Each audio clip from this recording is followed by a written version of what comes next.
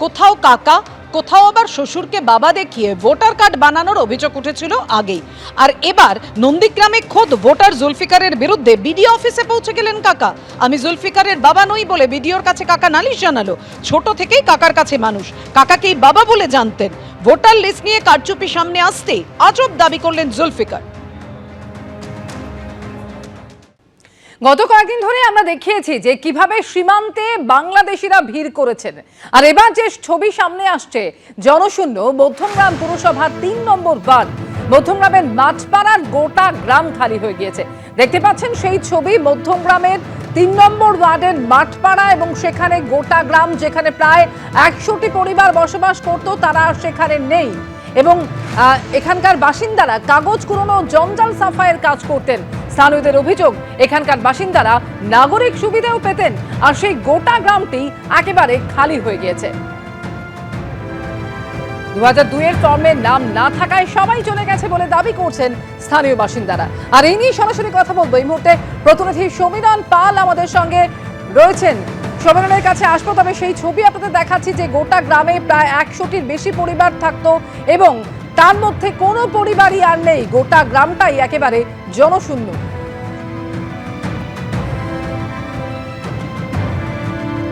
মধ্যমগ্রামের বিশ্বাস পাড়ার পর মধ্যমগ্রাম পুরসভার ৩ নম্বর ওয়ার্ডের পাটুলি মাঠপাড়া, সেখানে বাংলাদেশিরা যেখানে বসবাস করতেন দীর্ঘ বেশ কিছুদিন ধরে, তারা এসআইআর এর পর্ব শুরু হওয়ার সঙ্গে সঙ্গেই এলাকা ছেড়ে চলে গেছেন।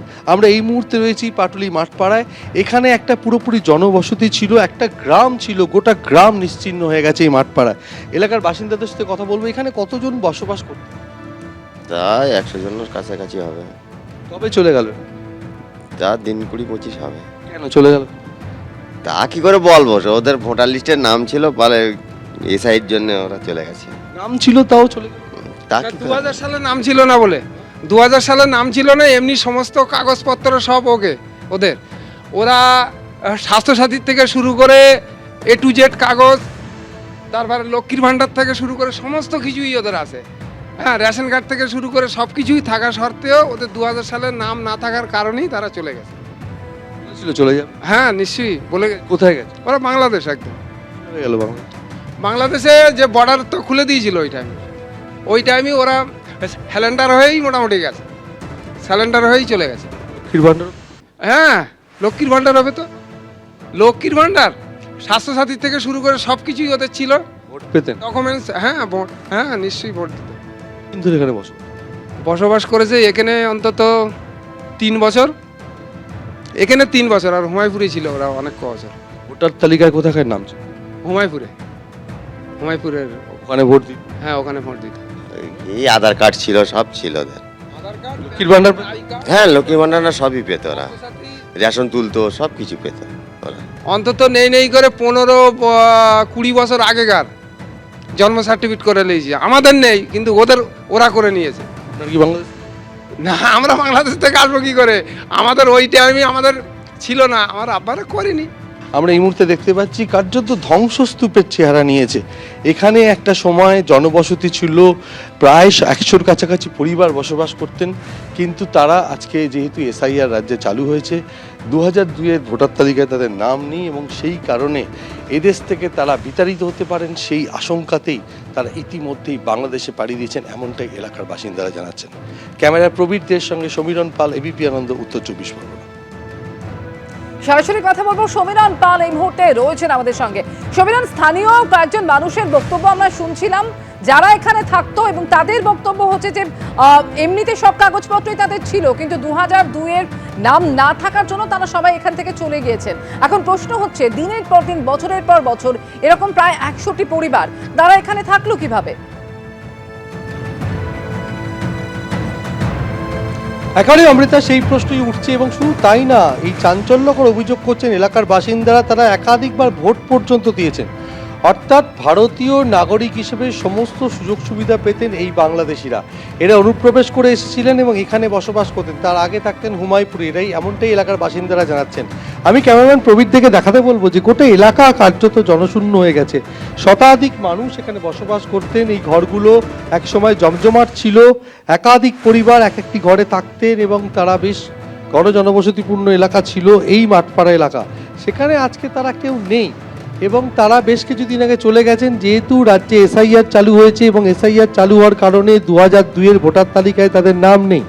অভিত তোমাকে গোটা গ্রামটা ঘুরিয়ে দেখাচ্ছে যে গোটা গ্রাম পুরো নিশ্চিহ্ন হয়ে গেছে, কোনো মানুষজন নেই, কার্যত ধ্বংসস্তূপে পরিণত হয়েছে। তাদের ছড়িয়ে ছিটিয়ে তাদের সামগ্রী পড়ে রয়েছে। তারা প্রত্যেকেই বাংলাদেশে চলে গেছেন, ভারত বাংলাদেশ সীমান্ত পেরিয়ে বাংলাদেশে চলে গেছেন।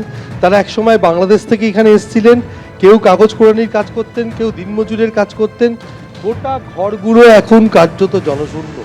এর আগে আমরা দেখেছিলাম মধ্যমগ্রাম পুরসভার 3 নম্বর ওয়ার্ড বিশ্বাসপাড়া এলাকায়, একই ওয়ার্ডের বিশ্বাসপাড়া এলাকায়, সেখানে দেখেছিলাম যে মানুষজন ঘরে তালা লাগিয়ে তারা চলে গেছেন বাংলাদেশে। কিন্তু এখানে দেখা যাচ্ছে একেবারে ঝুপড়ি ঘরে তারা বসবাস করতেন, বাসের স্ট্রাকচার, এবং তারা এখান থেকে চলে গেছেন। এখানে কতজন থাকতেন আগে? কদিন আগে চলে গেছে? চলে গেছে 2 মাস হয়ে গেছে। কি জন্য চলে গেছে? এই ওরা বাংলাদেশি, এসআইআর হচ্ছে বলে ওই সমস্যার জন্য। ওদের ভোটার কার্ড ছিল তো? ওদের কিছু ছিল না। এলাকার লোকদের ভোটার কার্ড ছিল। এরা কি কাজ করতো? এরা আমি অতটা জানি না। ওরা ওই সব ক্যাচড়া কুড়ানো কাজ করতো। অর্থাৎ দিনমজুরের কাজ করতেন। এলাকার বাসিন্দারা বলছেন যে তারা যেহেতু বাংলাদেশি, তারা চলে গেছেন বাংলাদেশে, অর্থাৎ বাংলাদেশে পাড়ি দিয়েছেন তারা, এবং এই মুহূর্তে তাদের সমস্ত ফেলে যাওয়া জিনিসপত্র পড়ে রয়েছে। একেবারে কার্যত নিশ্চিহ্ন হয়ে গেছে গোটা এলাকা। বিশ্বাসপাড়া এলাকায় যখন তারা চলে গেছিল, সেক্ষেত্রে এলাকার বাসিন্দারা অভিযোগ করেছিলেন তারা সরকারি সুযোগ সুবিধা পেতেন। আর সেই এলাকার পর সমীরণ বাটপাড়া এলাকা, এবং সেখানেও একই ছবি সামনে এলো, গোটা গ্রামটাই একেবারে জনশূন্য হয়ে গিয়েছে। সঙ্গে থাকো সমীরণ। একদিকে মধ্যমগ্রামের এই ছবি, আর এসআইআর আবহে এরকম একাধিক ঘটনা সামনে এসেছে যেখানে দেখা যাচ্ছে যে বিভিন্ন রকম অনিয়ম হয়েছে ভোটার কার্ড পাওয়ার ক্ষেত্রে। এসআইআর বড় বালাই। এবার সন্দেশখালীতে যে ঘটনা সামনে এলো, যেখানে শ্বশুরকে নিজের বাবা বানিয়েছেন একজন, এমনই অভিযোগ উঠছে সন্দেশখালী 2 নম্বর ব্লকের বেনমজুর পঞ্চায়েতের 147 নম্বর বুথে, এবং অভিযুক্ত ওই যুবকের নাম হচ্ছে আবদার শুকুন মোল্লা। তার বিরুদ্ধে যেটা অভিযোগ যে তার শ্বশুর আব্দুর রহিম মোল্লাকে বাবা সাজিয়ে তিনি ফর্ম পূরণ করেছেন। মা বাবা বেঁচে না থাকায় এই কাণ্ড। তিনি ভারতীয়, এমনই দাবি অভিযুক্তের।